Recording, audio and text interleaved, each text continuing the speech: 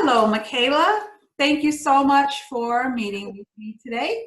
As I explained to you, I love to do the buyer's consultations before I show my clients homes because it really helps you to learn about the process and to be more familiar with what's going on so that you're an educated buyer and so that you're ready when it comes time to make an offer on a house and you know what you're doing so that you can make a good decision. So I always find that that's the first step, and also to get to know you and your needs, and what you want, what you're looking for in a house. So should be pretty brief, about an hour or less. Or if you're in a hurry, 30 minutes or 15 minutes, however long we need to. First, let me ask you, I think you mentioned on the phone that this would be your first home that you're buying, right? Yes, that's Okay. So your first time buyer, is there anything that you know already about the process, or are you just starting off with completely no knowledge of buying? um well, I'm just starting out. This is my first time, so I have like no knowledge. Okay, well, great. So yeah, that's definitely where I'll come in and help you um, to learn about the process. And I'll just do a basic overview to not overwhelm you because there's so much that to it. But of course, throughout our conversation today and throughout the process, if you ever have any questions, you can always just ask me, let me know, no matter how silly you may think it is. Just ask me and I'll be happy to help you as best as I can. And if there's ever something that I don't know, I will, I have people that I can ask, or I will definitely find out for you because I can't know everything. So at least I, have a good team that I work with in my company that I can find out from somebody else and answer or do research on it. So just always feel free to ask me any questions that you may have.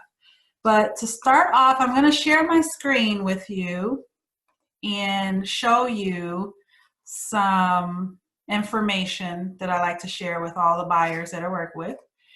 And so this first thing here is the benefits of home ownership.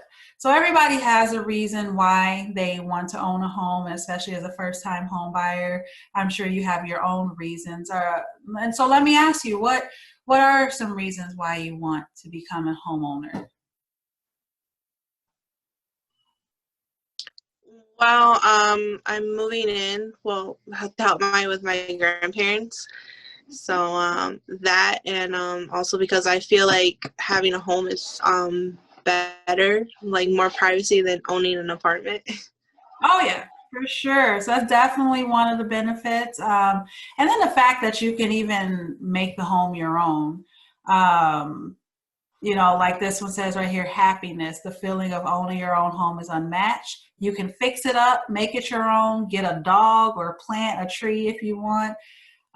Doesn't that sound exciting? So it's like, when you're renting or when you're living with somebody else, you have to follow by their rules. Whereas when you're your own, it's your own home, you can do whatever you want with it. But there's also some things like Yeah. tax things, and then usually homes appreciate over time, which means that they build value that you could a lot of times borrow against, or when you sell, at least you get some of that money back. Whereas if you're just renting, you will never get any of that money back that you've put into it. Same thing with equity, and then you're planting roots. And then education. This is an interesting point. It says research shows children of homeowners earn higher test scores and graduate at a higher percentage than those of renters. And really, if you think about it, the homeowners have more stability than if a person is renting, or staying with family members or whatnot. And I know in my own personal experience, as I grew up as a renter, and you can kind of see, I could kind of see some of that. Of course, that's not a set rule there, but it's just, like I said, research has shown that. So a lot of benefits to home ownership, some other things that you may not have thought about, but it's good to think about. And that's just really what this is saying here. So the next thing is the buyer roadmap. So this is the process of buying a home in a nutshell. So it starts off here where it says meet with a real estate professional. So that's what you're doing today. And it's important to meet with a real estate professional or real estate agent first, because we will help guide you throughout the whole process. Some people will go to a lender first, and what I found is, especially if your credit is, maybe not the greatest, it's okay, it's fair. Most people will just go to their bank that they bank at first, and most people have, for instance, like I have Chase Bank. If I go to Chase Bank, well, Chase Bank is a big national bank. They have a lot of requirements that make it harder to qualify for a loan than a local bank. And even like a credit union, what a lot of people don't realize about credit unions are their loans are backed by the big national banks. So once again, they may have more strict requirements than a local bank would. That's not a credit union. So I say all that to say that's why it's really important to meet with a real estate professional first, because we know just enough to be dangerous and to know, well, which lenders work with people that may have a pretty low or fair credit score, or maybe they haven't been on their job for a long time, like they have more lenient requirements and programs that will help more buyers to qualify for a loan than some of these big national banks. Because if you go to a big bank first and you get denied, you may just think, oh, well, I give up then, I'll just have to wait some other time to buy because I can't get a mortgage loan. Whereas that may not be the case. I've seen many people that have been denied at some of the big national banks, then they go to a local lender and they're approved and they actually buy a home when, if they didn't know to go elsewhere, then they could have stopped altogether. But that's where we come in at, of where we really help you figure out which lender may be best for you in your situation. And so that's why sometimes when we do ask you questions is about, maybe about your credit or about your job or things like that, it's just so that we can know where we can maybe direct you, that a lender that would be better to help you than some other lender, just because we know more qualifications of what some go through, just based on our experiences and also talking to a lot of the lenders. And so with that being said, that's the first step, is meeting with the real estate professional, like I said. And then one thing that I do give you and you will get is, I'm sorry, where is it?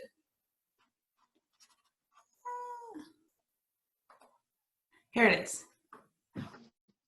Okay, I've actually updated this, so I will have to put the updated one on here, and I will send it to you in your email once we're done, because there are 3 mortgage lenders that I highly recommend. I've replaced these 2, and there's reasons for that, because I just want to make sure also that you're using a lender who has a good reputation, and what that means is that a lender that will that we don't have a lot of issues with when it comes to closing, like once you're under contract and getting to close, because there's so many pitfalls that can happen in between. So it's always good for us to make sure to keep this list updated, to make sure that there are trusted providers that are good for our clients. And so that would be the next step, is going to a mortgage lender. I always suggest at least going to 3 to shop around. Now, a lot of people worry about their credit with that, because they say, well, if I go to 3 or more lenders and they all pull my credit score is going to drop. And that is not true. You can even go to myfico.com, and it tells you that for a mortgage loan and also for an auto loan, a car loan, you can shop around. Now the time period, it varies from like 14 days to 45 days. And that's because there's so many different FICO scoring models that the older FICO scoring models, it was more like a 2-week period, like a 14-day period. Whereas the newer FICO scoring models, they give you a 45-day period. So that's what will be different there. But you have at least 14 days to where you can shop around, go to different mortgage lenders, they pull your credit, and it only counts as one inquiry against your score. That's not to say it won't show up on your credit, that they pulled your credit. All of them will show up. You can go to 20 different lenders. It'll all show up on your credit report, but it's only going to count against your score one time. So you don't have to worry about that. So I say that to say, you know, if, and they do that, the FICO scoring model does that because it wants to encourage shopping around for the best rate.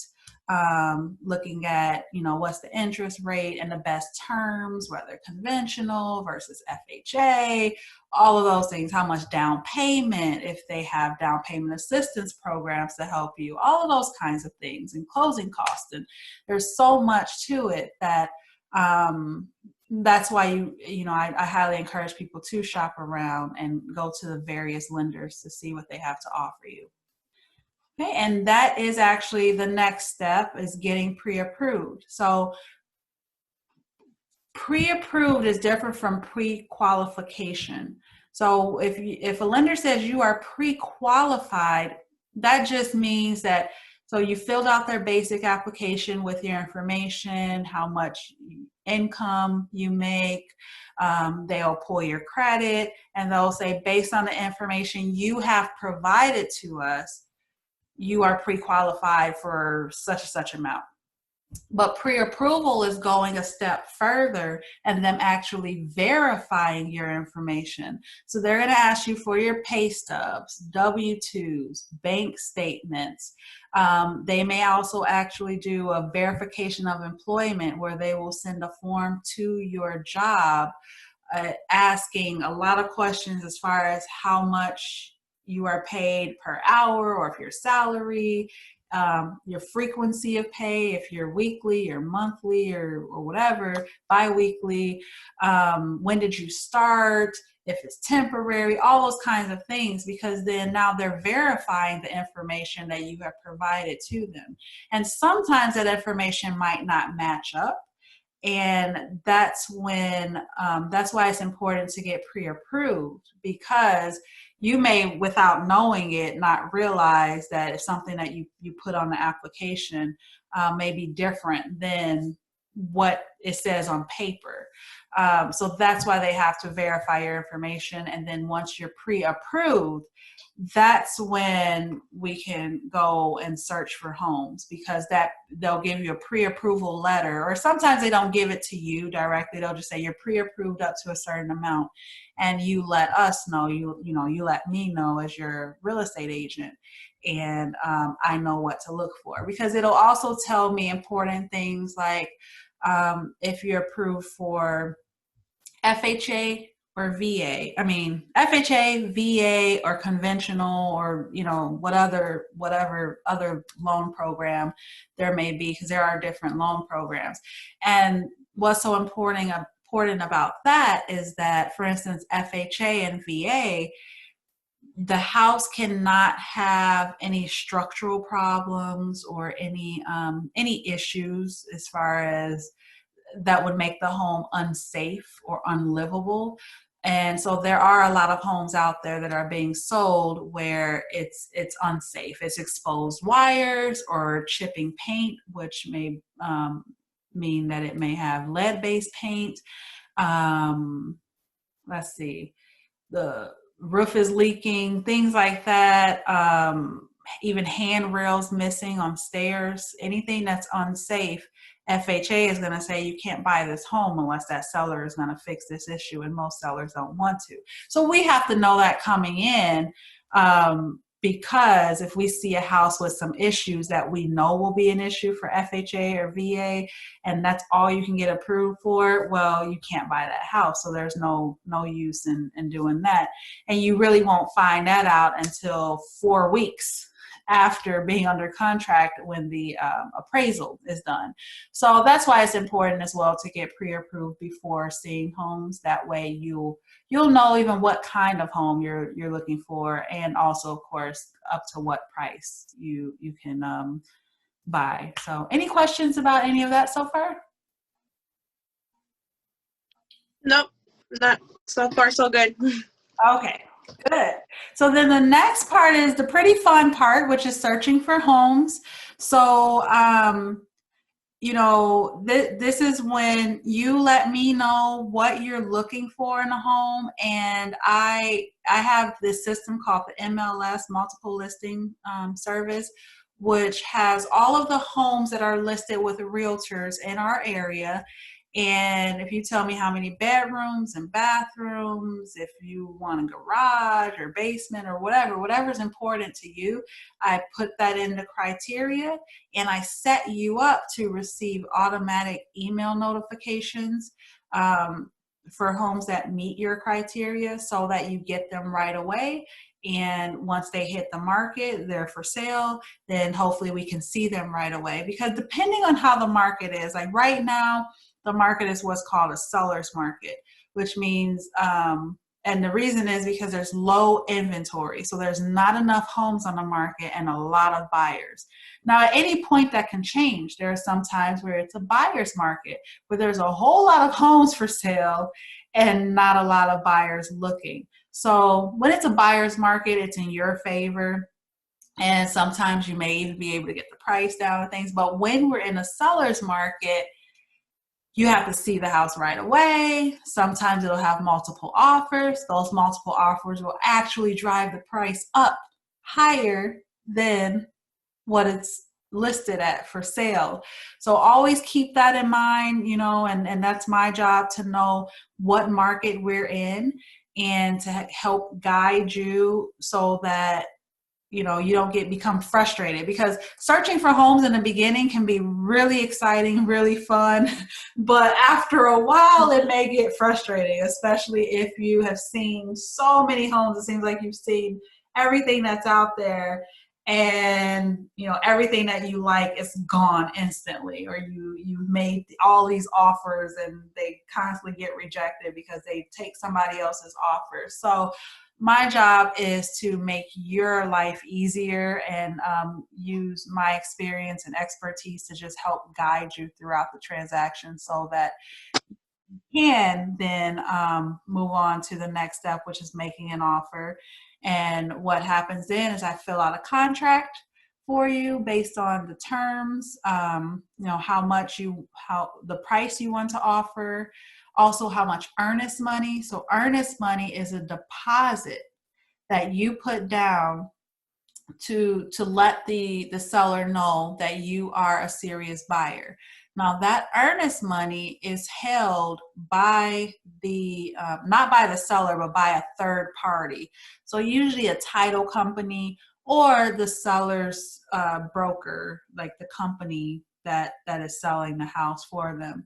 And that third party will not release that earnest money until both parties say that they can release it either to the buyer or to the seller.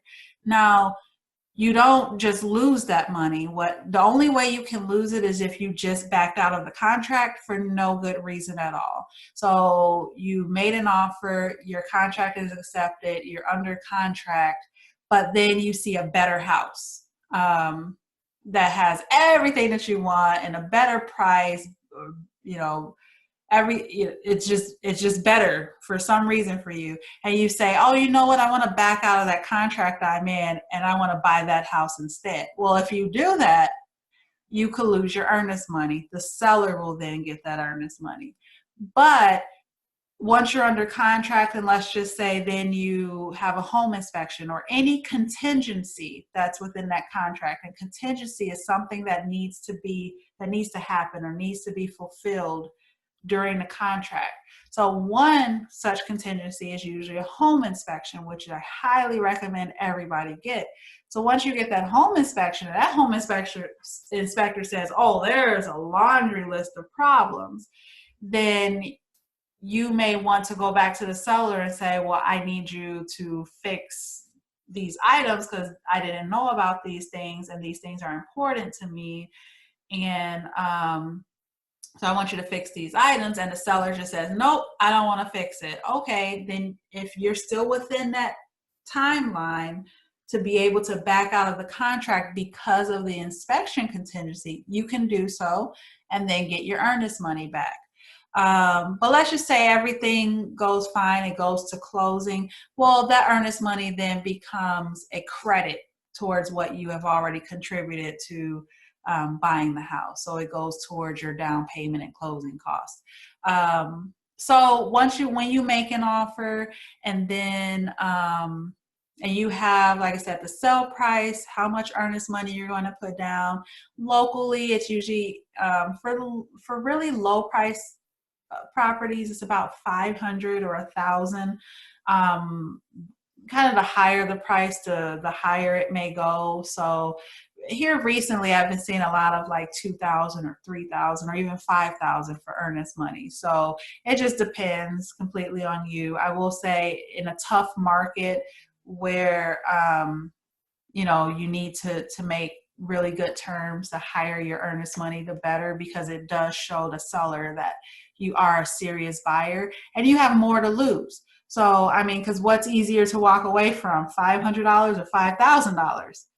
So the 500, right? So, if you just put $500 down, it's easy to say, oh, I saw something better. Oh, forget about that $500. I don't care about it. But it's not that easy to say, oh, forget about that $5,000, So that's why the higher your earnest money is actually more favorable to sellers. So once you make an offer, there's this period of maybe negotiations where maybe you're going back and forth with the sellers. If they want more money, or if there's some term on there they didn't like, even dates. So maybe if you put 60 days out for closing and they want you to close sooner than that or something like that. So you go back and forth until you reach the meeting of the mind. So, you both agree on all of the terms of the contract, and then you're under contract. So once you are under contract, you do your final details, and that's when it's time to do the inspection, which locally it's usually 7 business days after the contract is accepted. You have to get inspection done, and if you need to back out of the contract because of the inspection, or ask for any repairs to be made because of the inspection, you just have that timeline of 7 business days to get that done, unless you ask for an extension and you get that extension in writing in a contract amendment. Then an appraisal is ordered. Appraisals usually happen about 4 weeks after about 3 to 4 weeks after the contract is accepted. And that appraisal is what, so all lenders are going to require an appraiser. I mean, there may be just sometimes maybe where lenders may not require. We just ran into one where the buyer was putting down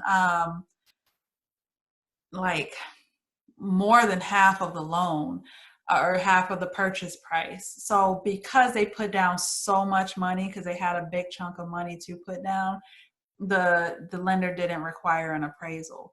But most lenders will require an appraisal to be done, because they want to make sure if you just stop paying on your mortgage loan, you stop paying on the loan, then if they foreclose on the house and they have to sell it, they want to make sure that they can sell it for that amount that you still owe them or more. So an appraisal is a third party person coming and saying, this is the fair market value of the house, or this is how much the home is worth compared to comparable homes sold in the area within like the last 6 months to a year.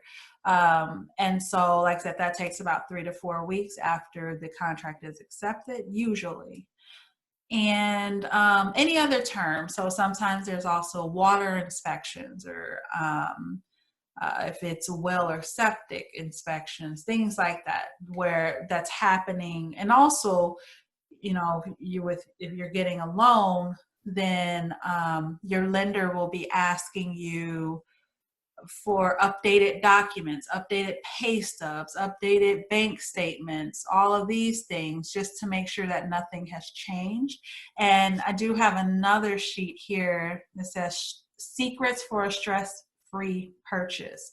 So really, really important with these financial documents that you always keep them up to date. Any time that the lender says that they need it, that they need your documents, just give it to them. Even if you have already provided them before. I mean, it passes through so many hands and it can be frustrating, but just do it, because they can then, at the end of the day, when we say, okay, we need, this, and this from you so that we can close, and they'll say, well, the buyer hasn't done this, or the buyer had, sometimes some of them will be so quick to just throw the buyer under the bus and say, you know what, they're not doing this and they're not doing that, because when they say they want something, they want it now. Because they do have a lot of people behind the scenes working on the documents and things. And then communication is the biggest key. Communicating not only with myself, your realtor, but also with your loan officer or their representative. Sometimes they have like assistants or people that are called processors that are processing the loan. They're gathering the documents and stuff for them. So definitely always communicating with your full team. Also working with your agent, because we are here to work in your best interest. So don't look at us like we're the bad guys, we're competing against you. No, we're working for you, and we want to make your goal a reality. So working with us is very important. And then the nice thing about buying with an agent, for some reason, some people get this erroneous idea that you save more money when you don't have an agent, and that is not true. And then the fact of the matter is, for a buyer, you don't even pay us. And the only time we get paid is when you buy a house, but our commission comes from the seller. The seller pays both their agent's commission and the buyer's agent commission. So you, as a buyer, you're working with us for free, and we're working for free until you buy a house. So we are definitely, though, working in your best interest. And then sometimes you do have to be patient, persistent, and decisive, especially the more that you want in a house, the more patient you have to be. And especially depending too on your budget, but also, at the time period where it's a seller's market, it's really important to be patient, but also, like I said, being persistent with trying to find what you need and what you want. And it can be a little bit exhausting sometimes, so know that up front, but it does pay off in the end. And then decisive, because when you find the right home, you have to go for it. And especially in this market, there's no time to think twice about it. And especially as a first-time home buyer, sometimes that's scary, but you don't have the time to be like, oh, well, I'll think about it tomorrow, and I'll get back to you tomorrow. Well, guess what? Tomorrow, that house is not going to be on the market anymore. So you have to make quick decisions. But then, also being flexible.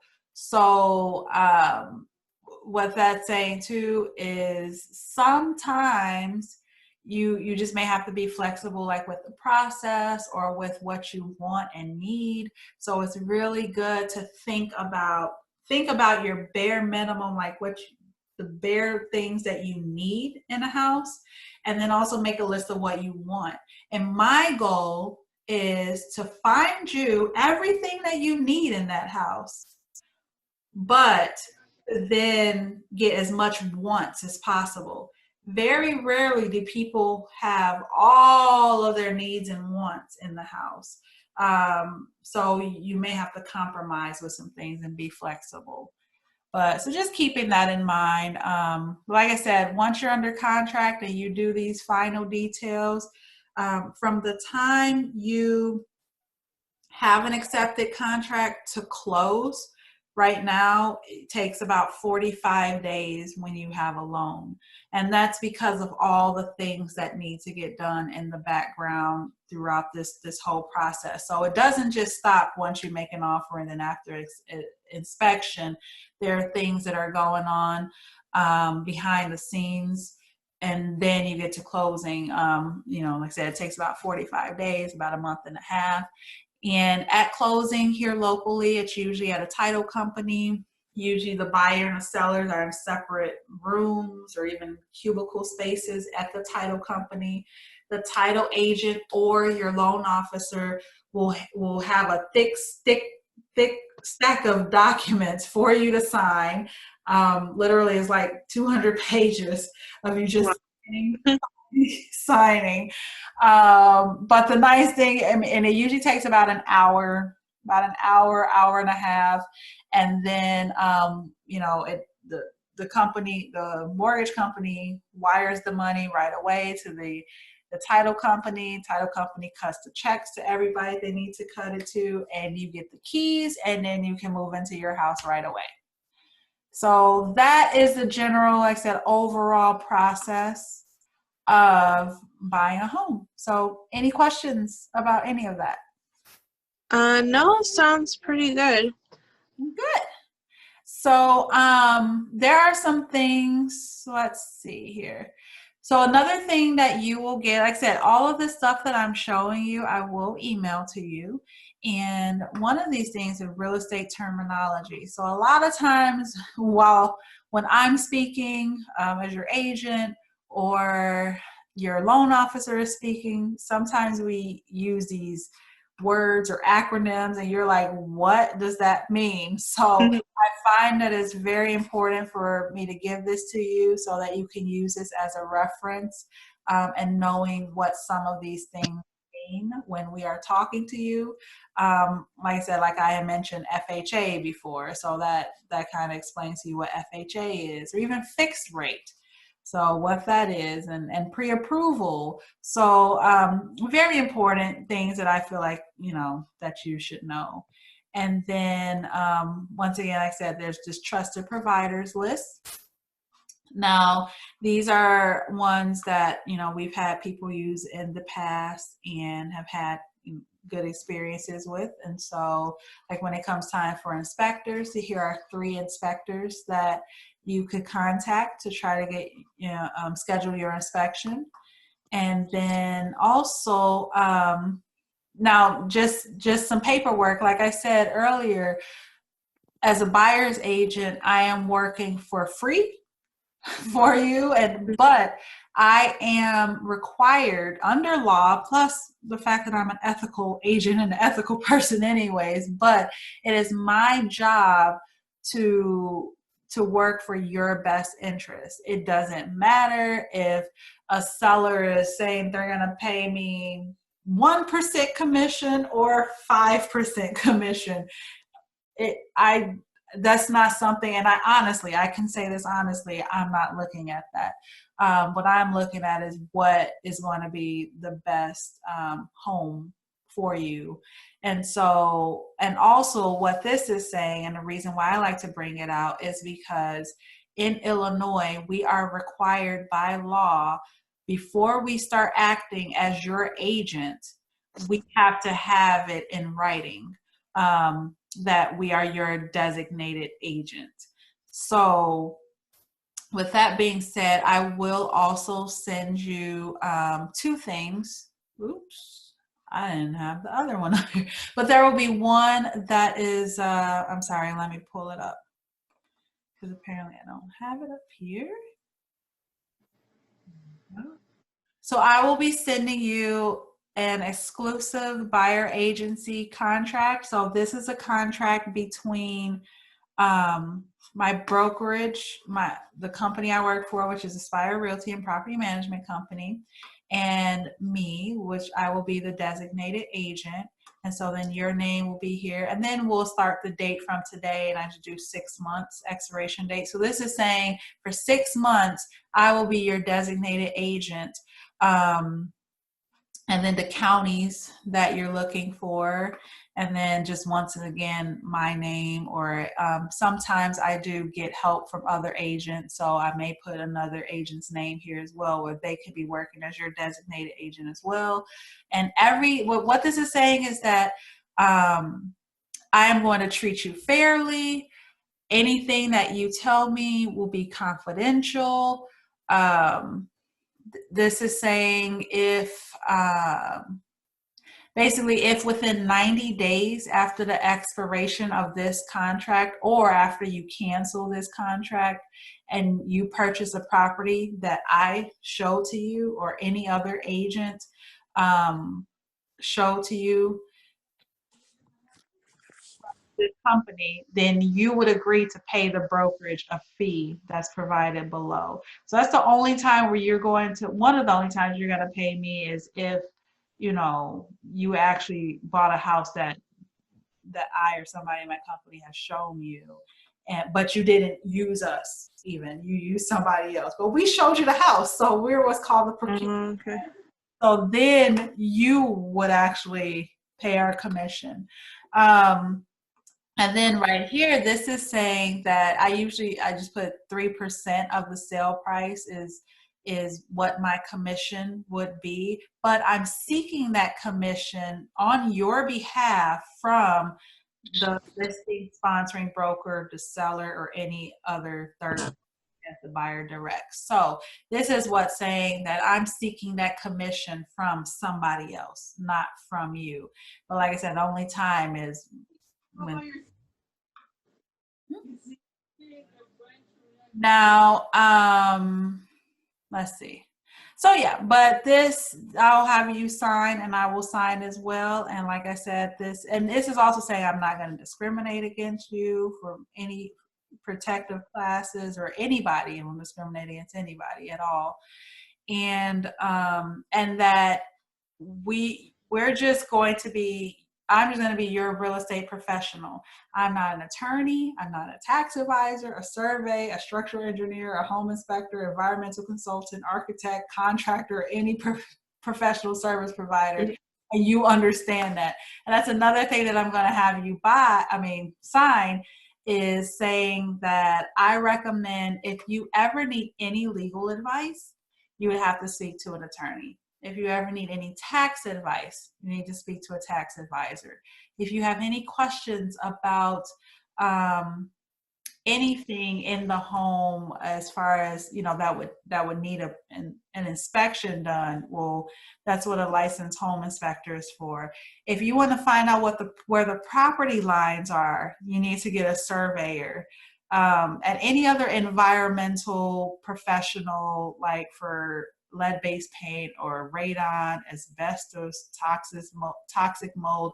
I cannot comment on those things saying that I know for sure that something is, toxic mold, or something just because it's peeling paint, it's lead-based paint. I can't say that because I'm not a professional in that area. What I am professional is on pricing of a home, or something like that. Anything to do with the actual sale of the home. That's what you hire me to do. But any of these other areas, you definitely will have to go to those professionals. So you would sign here just saying you acknowledge that I did tell you that, and I do recommend those professionals. I will say, when it comes to attorneys, we do not commonly use them here in the Rockford area.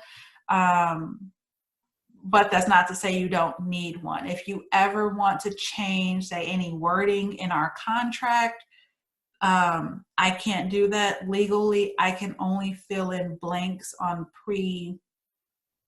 pre-written forms or contracts that are provided to me. So if you ever need any wording changed or something, you would have to hire an attorney to do so. Or if you ever had any legal advice, that you need to get, an attorney would have to do that. And not saying that I don't want to help you at all, any of those things, just saying that, there's a lot of liability on my part if I give my opinion on something and I'm wrong. So that's why we have that here. Okay. So any questions at all? No. Oh, well, actually, so you said you will be, when I sign this sheet, you'll be my realtor for 6 months. Mm-hmm. What happens after 6 months if I don't purchase a house? Good question. So what this is saying, we can always renew the contract when you are ready. And also, one thing that I forgot to mention, this contract between you and me, you cannot unilaterally break the contract. You can't just say, well, I don't want to work with her anymore. I want to work with some other agent over there. And we're still under this contract, right? Mm-hmm. Because then I can go after you for the commission. So, but if we both agree, and this usually, like, honest to God truth, usually it's a mutual thing anyways. Like if a client is just, look, they're not feeling me, I'm not feeling them, by all means, we would just have to have it written that, we can break this contract if we both agree. But yeah, if it expires, we can always just make a new contract. I usually just wait at least until we get into contract to buy a house to do that, because we do have to have a written contract in order to represent you as a client. That is just one of the Illinois state rules. So we would just renew it. That's all. Just do another one. Yep. Okay. Sounds good. All right. So yeah. So now I did all this talking, and see, I didn't take that long. Now we're going to go over what you're looking for in a home, and then I will show you some of the ways that we have to where then you can look at a home. Because, by the way, we hate Zillow. I always make a disclaimer, and I'm telling you, I literally always do this, that beware of Zillow. Please do not use Zillow, because when you use Zillow in your search, a lot of times what will come up is like these pre-foreclosures. All pre-foreclosures mean is that maybe somebody has gotten a notice of default because they have missed 3 mortgage payments or something like that. It does not mean that the home is already in foreclosure. Even if the home was in the process of being in foreclosure, in Illinois, it takes 7 months for it to be in court. This is Illinois law, that it has to be in court for at least 7 months to be able to let the homeowner reinstate the loan. They can pay off or make some sort of deal with the lender to bring their loan current so that they don't lose the house. And a lot of times that's what happens. Or sometimes the records are a little bit skewed anyways. Like, we swear that Zillow makes stuff up sometimes. It also, it's just pulling stuff from public records, but it does not mean that it is for sale or that it will ever be for sale in the foreseeable near future. And that's why I cannot stand Zillow, because I get that a lot. I want to see this home. This home is not for sale. This home is a pre-foreclosure. I am literally like a broken record when it comes to that all the time. So we use, there's an app you can download called HomeSnap. I can send you my link to it. HomeSnap is great. The information comes directly from the MLS. I would also advise you, if you want to look on your own, to go to realtor.com, because that is more accurate than Zillow. And I will put in your criteria. So I'm going to have you tell me what you want, what you're looking for in a home. And then I am going to put your criteria in my MLS system. And then, like I said earlier, you will get an email alert every time something meets your criteria. You'll get an email alert so that you'll see the information for it. And I really love it. It's called Client Connect is what I will set you up with. And what's nice about it, and I can show it to you in a little bit, is how you can select, like if you like it, you can select the heart. If you don't like it, you put a thumbs down. If it's okay, maybe you like it, you're not sure, if there's a question mark. And what's nice is that I get this notification, it comes directly to me. So then I say, okay, well, I know she likes all of these homes, whatever. Then I contact you and say, when would you like to go see them?